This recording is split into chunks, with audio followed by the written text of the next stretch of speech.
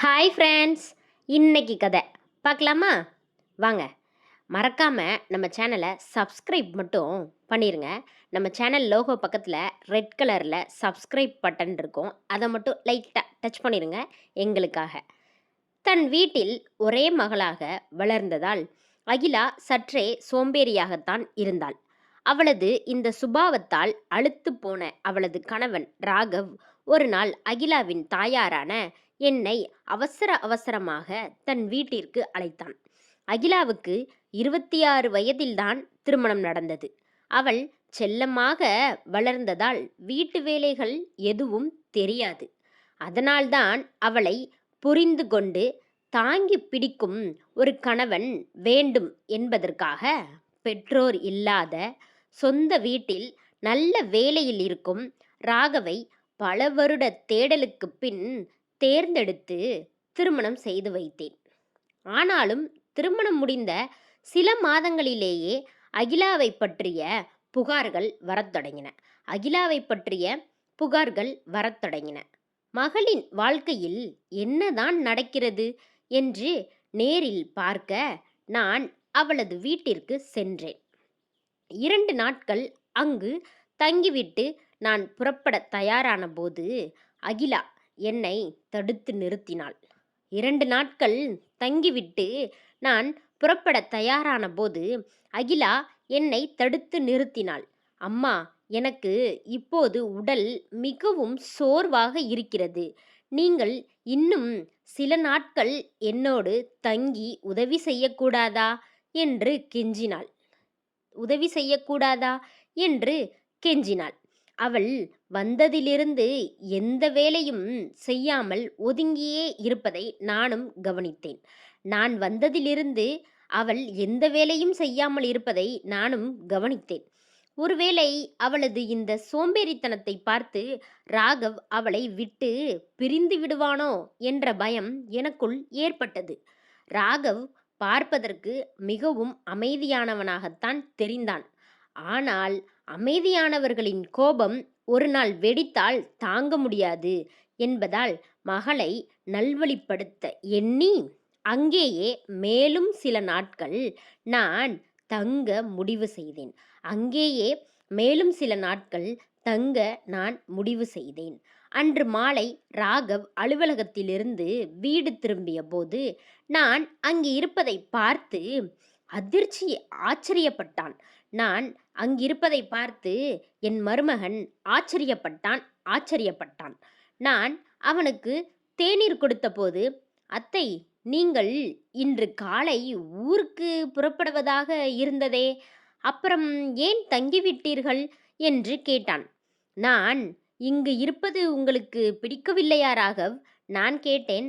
நான் இங்கு இருப்பது உங்களுக்கு பிடிக்கவில்லையா ராகவ் என்று நான் கேட்க, அவனோ, இல்லை அத்தை, அப்படி இல்லை. நீங்கள் இங்கு இருந்தால் எனக்கு லாபம்தான்.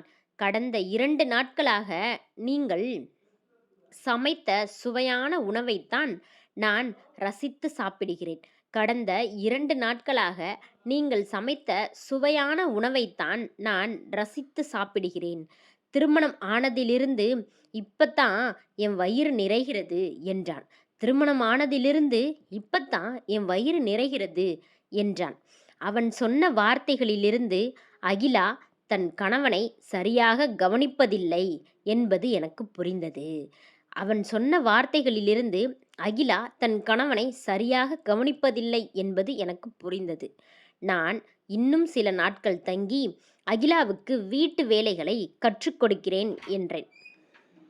அதற்கு அவன், நீங்கள் எப்போதும் இங்கேயே தங்கினாலும் எனக்கு சம்மதம்தான் என்றான்.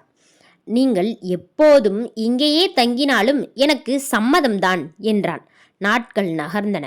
கடந்த 2 நாட்களாக ராகவ் இரவில் படுக்கையறைக்கு செல்லாமல் வரவேற்பறையிலேயே தூங்குவதை நான் கவனித்தேன். அதாவது ஹாலிலே தூங்குவதை நான் கவனித்தேன்.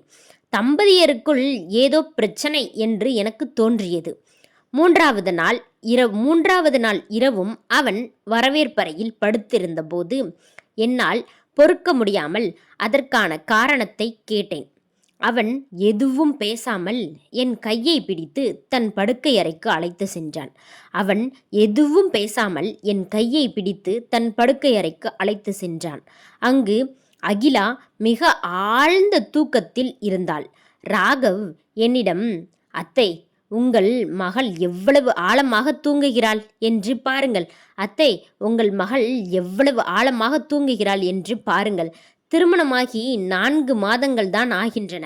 ஆனால் அவளுக்கு கணவனுக்கான நேரம் ஒதுக்க வேண்டும் என்ற எண்ணமே இல்லை. இவளுக்கு ஏன் இவ்வளவு தூக்கம் வருகிறது என்றே தெரியவில்லை. இவளுக்கு என்னிடம் எந்த ஈடுபாடும் இருப்பதில்லை. இவளுக்கு என்னிடம் எந்த ஒரு ஈடுபாடும் இருப்பதில்லை. தினமும் இதையே சொல்லி என் தலை வலிக்கிறது.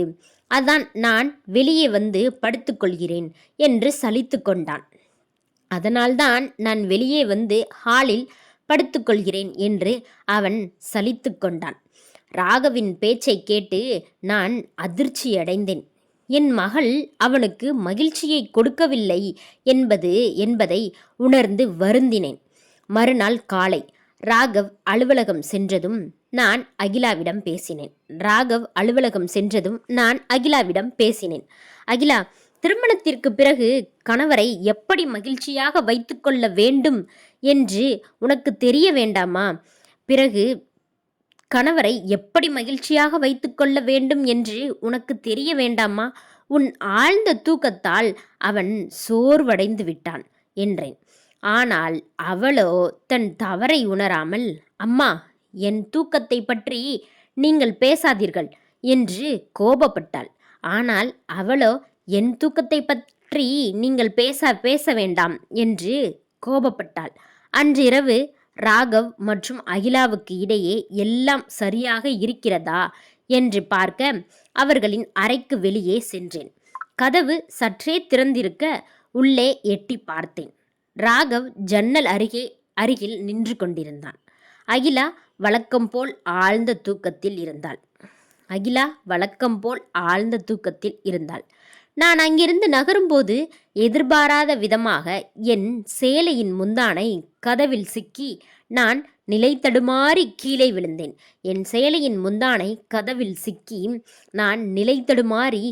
விழுந்தேன். சத்தம் கேட்டு ராகவ் ஓடி வந்து என்னை எழுப்பினான். அத்தை, இந்த நேரத்தில் இங்கே என்ன செய்கிறீர்கள் என்று கேட்டான். நான் பதற்றத்துடன் அகிலாவிடம் காலையில் பேசினேன். அவள் இன்றும் தூங்குகிறாளா என்று பார்க்க வந்தேன் என்றேன். அதற்கு அவன், அவளுக்கு எவ்வளவு சொன்னாலும் புரியாது அத்தை. நான் அவளை அப்படியே விட்டுவிட்டேன். நீங்கள் தேவையில்லாமல் மன அழுத்தம் கொள்ளாதீர்கள் என்று கூறி என்னை என் அறைக்கு அழைத்து சென்றான். அறைக்கு வந்ததும் கீழே விழுந்ததில் என் கால்களில் வலி ஏற்பட்டதால் அவன் என் கால்களை பிடித்துவிடத் தொடங்கினான். நான் பதறிப்போய் வேண்டாம் என்று தடுத்தும் அவன் கேட்கவில்லை. அவன் கீழே விழுந்து வலி எனக்கு ஏற்பட்டதால் அவன் என் காலை பிடித்து விடத் தொடங்கினான்.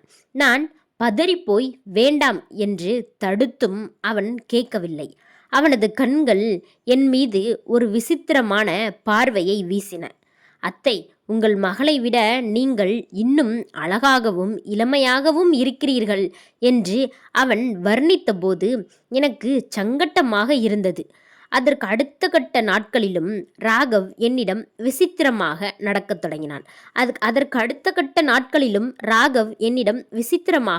தொடங்கினான். ஒருமுறை நள்ளிரவில் அவன் சமையலறையிலிருந்து உணவுத்தட்டோடு வருவதை பார்த்தேன். ஒரு நாள் நள்ளிரவு அவன் சமையலறையிலிருந்து உணவுத்தட்டோடு வருவதை நான் பார்த்தேன். என்னை பார்த்ததும், இரவில் பசிக்கிறது அத்தை, நீங்கள் சமைத்த உணவு நினைவுக்கு வந்தது என்றான். நான் அவனோடு அமர்ந்து சாப்பிட முற்பட்ட போது அவன் தன் காலை என் காலின் மீது உரசியபடி விசித்திரமாக என்னை பார்த்தான். அவன் என் மருமகன் என்ற எல்லையை மீறுவது போல் எனக்கு தோன்றியது. அவன் என் மருமகன், ஆனால் எல்லையை மீறுவது போல் எனக்கு தோன்றியது. அடுத்த நாள் இரவு ராகவ் முற்றிலும் தன் எல்லையை மீறினான். அடுத்த நாள் இரவு ராகவ் முற்றிலும் தன் எல்லையை மீறினான். என் அறைக்குள் நுழைந்து என் கையை பிடித்து தன் அறைக்கு இழுத்து சென்றான். என் அறைக்குள் நுழைந்து என் கையை பிடித்து அவன் அறைக்குள் அழைத்து சென்றான். என்ன செய்கிறாய் ராகவ்? நான் உன் மாமியார் என்று நான் சத்தமிட்டேன். ஆனால் அவனோ ஒரு நைட்டியை என் கையில் கொடுத்து, இதை அணிந்து வாருங்கள் அத்தை, அகிலா தூங்கிவிட்டாள். என் தேவைகளை யாராவது பூர்த்தி செய்ய வேண்டுமல்லவா? இதை அவளுக்காக வாங்கினேன். ஆனால் அவள் அணியவில்லை. நீங்கள் அணிந்து காட்டுங்கள் என்றான். ஆனால் அவள் அணியவில்லை, நீங்கள் அணிந்து காட்டுங்கள் என்றான். அவனது இந்த வக்கிரமான பேச்சை கேட்டு நான் அதிர்ச்சியடைந்து அங்கிருந்து ஓடி வந்து விட்டேன். அவனது இந்த வக்கிரமான பேச்சை கேட்டு நான் அங்கிருந்து ஓடி வந்து விட்டேன். மறுநாள் காலை அகிலாவிடம் அந்த நைட்டியை கொடுத்து, நான் என் வீட்டிற்கு புறப்படுகிறேன் அகிலா. மறுநாள் காலையில் என் மகளிடம் அந்த நைட்டியை கொடுத்து, நான் என் வீட்டிற்கு புறப்படுகிறேன் அகிலா. உன்னால் எனக்கு மருமகனிடம் தவறான வார்த்தைகளை கேட்க வேண்டி உன்னால் எனக்கு என் மருமகனிடம் தவறான வார்த்தைகளை கேட்க வேண்டிய நிலை வந்துவிட்டது. உன்னால் உன் கணவனை மகிழ்ச்சியாக வைத்திருக்க முடியாவிட்டால் உன் வாழ்க்கை வீணாகிவிடும் என்று கூறி அழுதேன். உன்னால் உன் கணவனை மகிழ்ச்சியாக வைத்திருக்க முடியாவிட்டால் உன் வாழ்க்கை வீணாகிவிடும் என்று கூறி அழுதேன். என் பேச்சை கேட்டு அகிலாவும் அழத் தொடங்கினாள். அம்மா, எனக்கும் நல்லது கெட்டது புரிகிறது. ஆனால் திருமணமான சில மாதங்களிலேயே எனக்கு ஏன் இரவில் இப்படி அசூர தூக்கம் வருகிறது என்று எனக்கே தெரியவில்லை என்று கூறினாள். திருமணமான சில மாதங்களிலேயே எனக்கு ஏன் இரவில் இப்படி அசூர தூக்கம் வருகிறது என்று எனக்கே தெரியவில்லை என்று கூறினாள். ஆனால் இன்று வரை ராகவ் உங்களிடம் என்ன சொன்னான் என்று எனக்கு தெரியாது. ஆனால் இன்று வரை அவனுக்குத்தான் என்னிடம் எந்த ஆர்வமும் இல்லை என்று கூறினாள். யார் சொல்வது உண்மை என்று எனக்கு குழப்பமாக இருந்தது. உண்மையை அறிய ஒரு திட்டம் தீட்டினேன். அன்றிரவு அகிலாவை என் அறையில் தூங்க சொல்லிவிட்டு அவளுக்கு பதிலாக அவளது நைட்டியை அணிந்து முகத்தை நன்றாக போர்வையால் மூடிக்கொண்டு அவளது படுக்கையில் படுத்தேன். என் அறையில் தூங்க சொல்லிவிட்டு அகிலாவை என் அறையில் தூங்க சொல்லிவிட்டு அவள் அறையில் அவளது நைட்டியை அணிந்து முகத்தை நன்றாக போர்வையால் மூடிக்கொண்டு அவளது படுக்கையில் படுத்தேன். நள்ளிரவில் ராகவ் அறைக்குள் வந்தான். படுக்கையில் இருப்பது அகிலா என்று நினைத்து என் அருகில் வந்து அமர்ந்தான். திடீரென்று கதவு திறக்கும் சத்தம் கேட்டது. ஒரு பெண்ணின் குரல் ஒலித்தது. என்ன ராகவ், என் மீது சலிப்பு ஏற்பட்டு விட்டதா? ஒரு பெண்ணின் குரல் கேட்டது. அந்த பெண்ணின் குரல், என்ன ராகவ், என் மீது சலிப்பு ஏற்பட்டு விட்டதா? இப்போது உன் சோம்பேறி மனைவியை பிடிக்க ஆரம்பித்து விட்டதா என்று கேட்டாள்.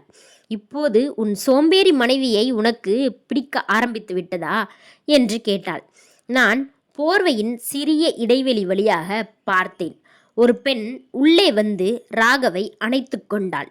இருவரும் என் அருகிலேயே படுக்கையில் அமர்ந்தனர். அந்த பெண், ராகவ், உன் மனைவி எழுந்துவிட மாட்டாளா என்று பயந்தாள். அந்த பெண் என் அருகில் அமர்ந்ததும் அந்த பெண், ராகவ், உன் மனைவி எழுந்துவிட மாட்டாளா என்று பயந்தாள். அதற்கு ராகவ் சத்தமாக சிரித்து கொண்டே, அவளால் காலை வரை எந்திரிக்க முடியாது. ஏனென்றால் இன்றும் அவளது குடிநீரில் தூக்க மாத்திரையை கலந்து விட்டேன் என்றான். ஏனென்றால் இன்றும் அவளது குடிநீரில் தூக்க மாத்திரையை கலந்துவிட்டேன் என்றான். கேட்ட எனக்கு தூக்கி வாரி போட்டது. அந்த பெண் மீண்டும், சரி, உன் மனைவியின் கதை முடிந்தது. ஆனால் அந்த மாமியாரை என்ன செய்வது? அவளால் நம் சந்திப்புகளுக்கு தடையாக இருக்கிறதே என்றாள். அதற்கு ராகவ், அவளை இங்கிருந்து விரட்டுவதற்காகத்தான் நான் அவளிடம் தவறான முறையில் நடக்க முயன்றேன். நான் அவளிடம் தவறான முறையில் நடக்க முயன்றேன். வெட்கப்பட்டு ஓடிவிடுவாள் என்று பார்த்தால் அவள் இன்னும் இங்கேயே இருக்கிறாள் என்றான்.